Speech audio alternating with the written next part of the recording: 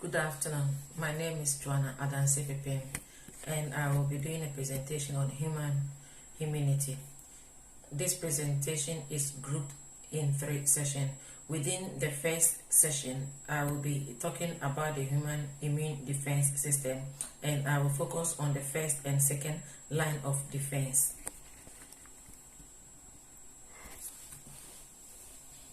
Basic concept. An infection is the invasion of and growth of pathogens like bacteria, fungi, parasite, or virus in the human body. The pathogens use the person's body to sustain itself, reproduce, and colonize. However, when the host of these pathogens has a strong immune system, the body can fight it and cure itself. A bacterium is a free living organism that often consists of the biological cell. It cannot be seen with the naked eyes and can live in a variety of environments from hot water to ice. A virus, on the other hand, is similar than a bacterium and can also not be seen with the naked eye. However, a virus can only replicate within a host organism.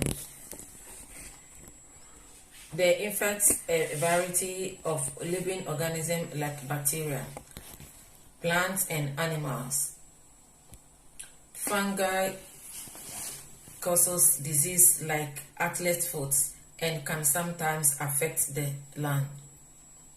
A parasite is also an organism that lives on or in the host organism and gets its food from or at the expense of its host.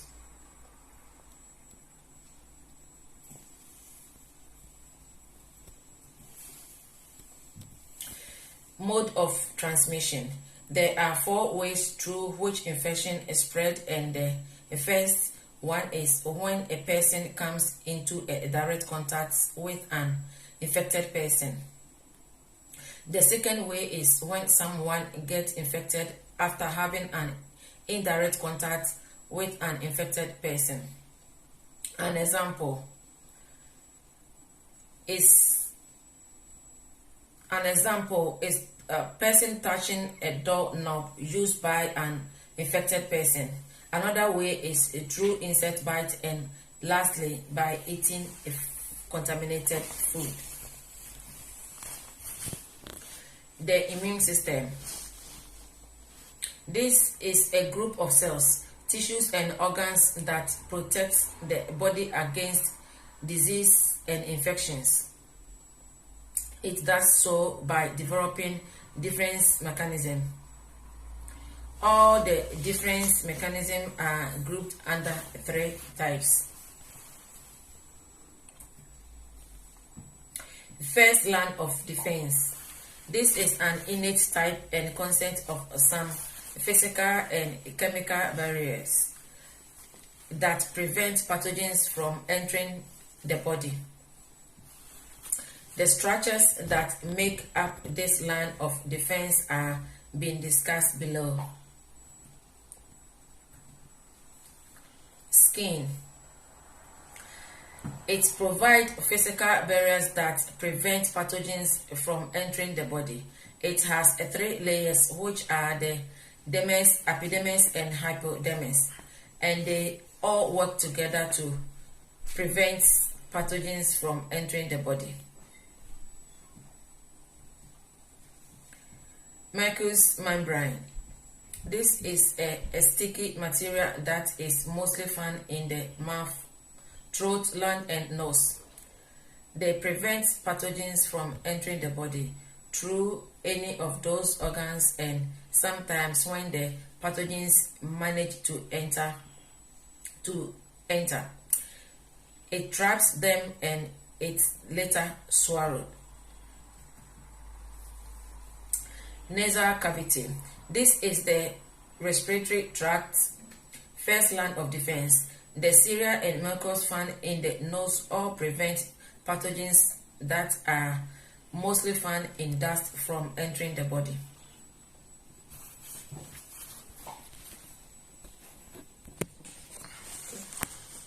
Gastrointestinal and urinary tract.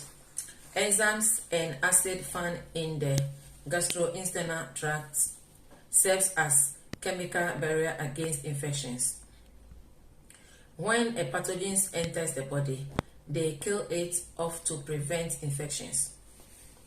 Also, the bladder by the urethra also serves as a defense mechanism by draining urine away from the body. The second line of defense. If a pathogen is able to escape the first line of defense, the second line of defense attacks it. They also react the same way in any situation without targeting specific individuals, and this makes them non-specific. They are also prevent at birth and include inflammation, fever, and hypocytosis. Inflammation. Inflammation occurs when a pathogen enters the body. This causes an increase in the blood supply at the affected area, causing the area to swell and redden. The white blood cells then attack the pathogens and release substances that helps the body to heal. Fever. This is when the body's temperatures rise as a protective response to infection.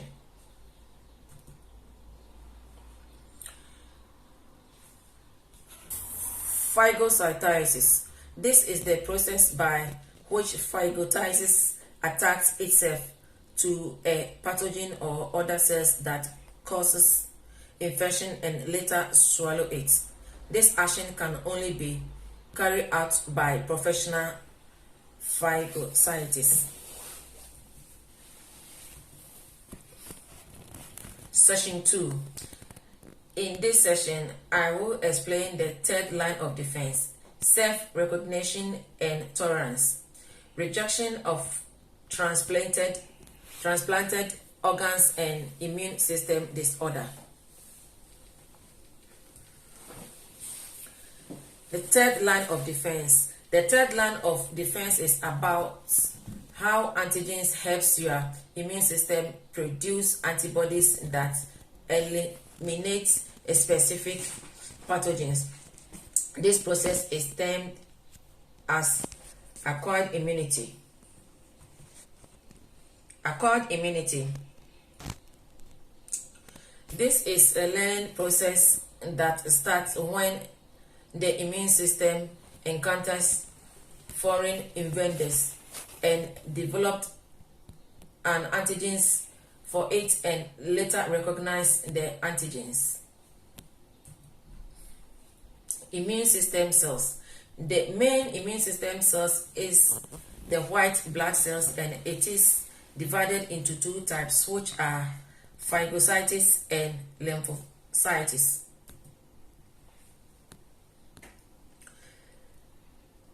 Phagocytes. Its feather has several types, which are neutrophils that attack bacteria, monocytes that perform several roles, macrophages that remove dead cells, and mast cells that helps wound to heal. Lymphocytes. Lymphocytes help the body to remember previous invaders and recognize them when they come back to attack the body again. It also has two types, which are B cells that produce antibodies and T cells that destroy compromised cells. Other immune system cells. Other cells are eosinophils, and it is responsible for releasing toxin that kills pathogens like worms and parasites, and basophils, which secretes histamine and antibodies that helps fight against allergic reaction. Immunoglobulin. Immunoglobulins are produced by plasma cells, and their main responsibility is to recognize and bind to a pathogen and assist in their destruction. There are 5 types, and they are immunoglobulin G, which enhance phagocytosis; immunoglobulin A, that protect the body from bacterial growth; immunoglobulin M, which provide short-term protection; immunoglobulin D, that regulates B cells activation; and immunoglobulin E, which protect the body against parasite infection. Autoimmune disorder. This is the abnormally low activity or overactivity of the immune system. Overactivity is when the immune system attacks and damages its own healthy tissues. Examples of those disorders are rheumatoid arthritis, lupus, and multiple sclerosis (MSD). Rheumatoid arthritis. Rheumatoid arthritis happens when the immune system produces antibodies that attack to the lining of the joints. The cells then attack the joints, and this causes inflammation, swelling, and pain.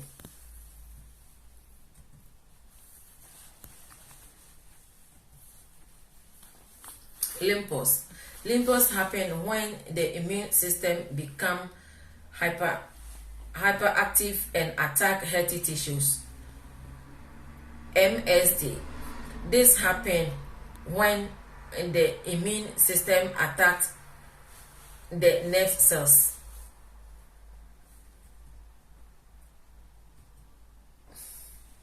Rejection of transplanted organs. Rejection of transplanted organs happen when the immune system attacks and destroys the foreign donor or tissue during a transplant. This can sometimes lead to transplant failure. There are 3 types of rejection, and the first one is hyperacute rejection. This happens when the antibodies of the recipient does not match that of the donor. This triggers an immune response against the transplant. The second one is acute rejection, and this happens as a result of the formation of antibodies following the detection of non-antigens in the donated graft. The last one is chronic, is as a result of repeated episode of acute rejection. Section 3, the human immunity system.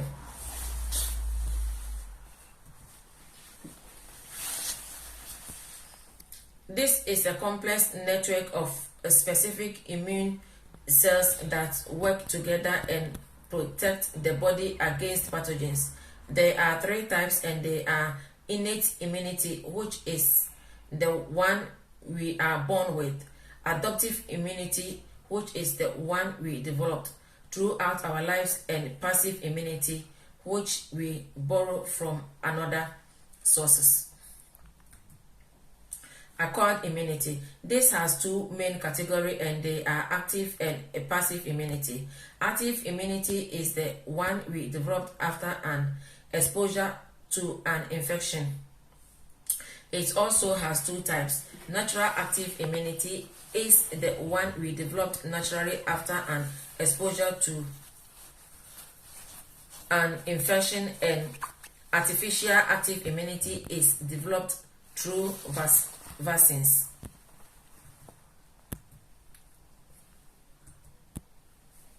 A passive immunity, on the other hand, is granted from antibodies that are created outside the body.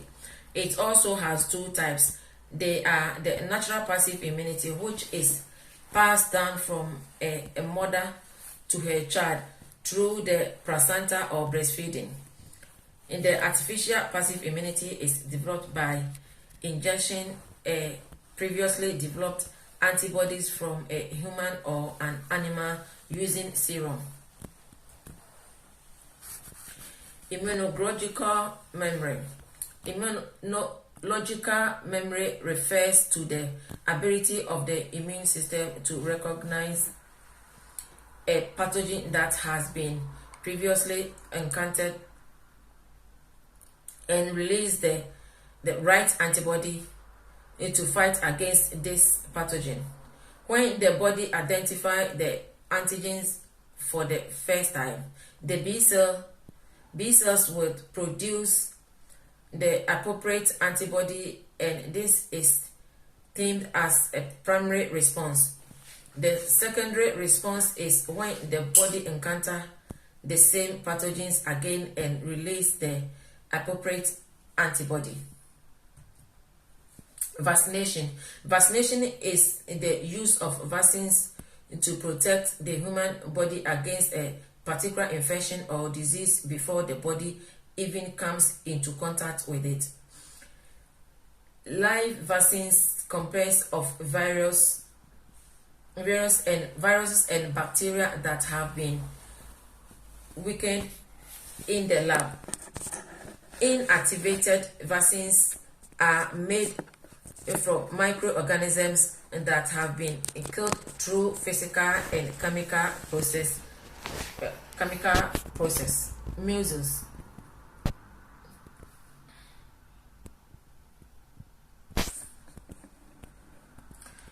Measles is a childhood infection which is caused by a virus. It affected children and those under 5 years being most vulnerable in UK. Vaccination against measles began in 1968, and this helped reduce the spread of it. The vaccine was termed as MMR vaccine, and before its introducing animal causes of measles alone in the UK was around 160,000 to 800,000. But after the MMR vaccines was introduced, the number of cases reduced to between 50,000 to 100,000. The number of cases was still considered to be huge, and this was because not every parent wanted their ward to be vaccinated. But due to constant public education, the society preparation about vaccines changed, and the spread of measles were finally under control in the UK. And so in 2017, the WHO declared UK as measles free.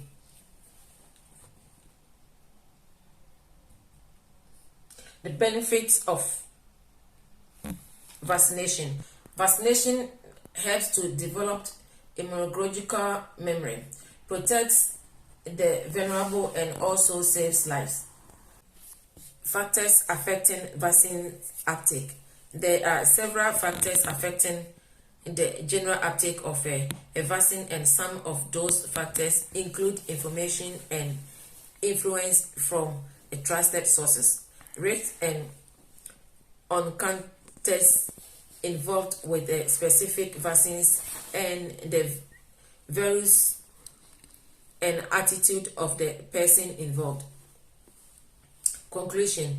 Within this presentation, I have talked about human immunity, and I explained the 3 lines of defense that is meant by immunological memory, immunoglobulin, and some other topic related to human immunity. Thank you.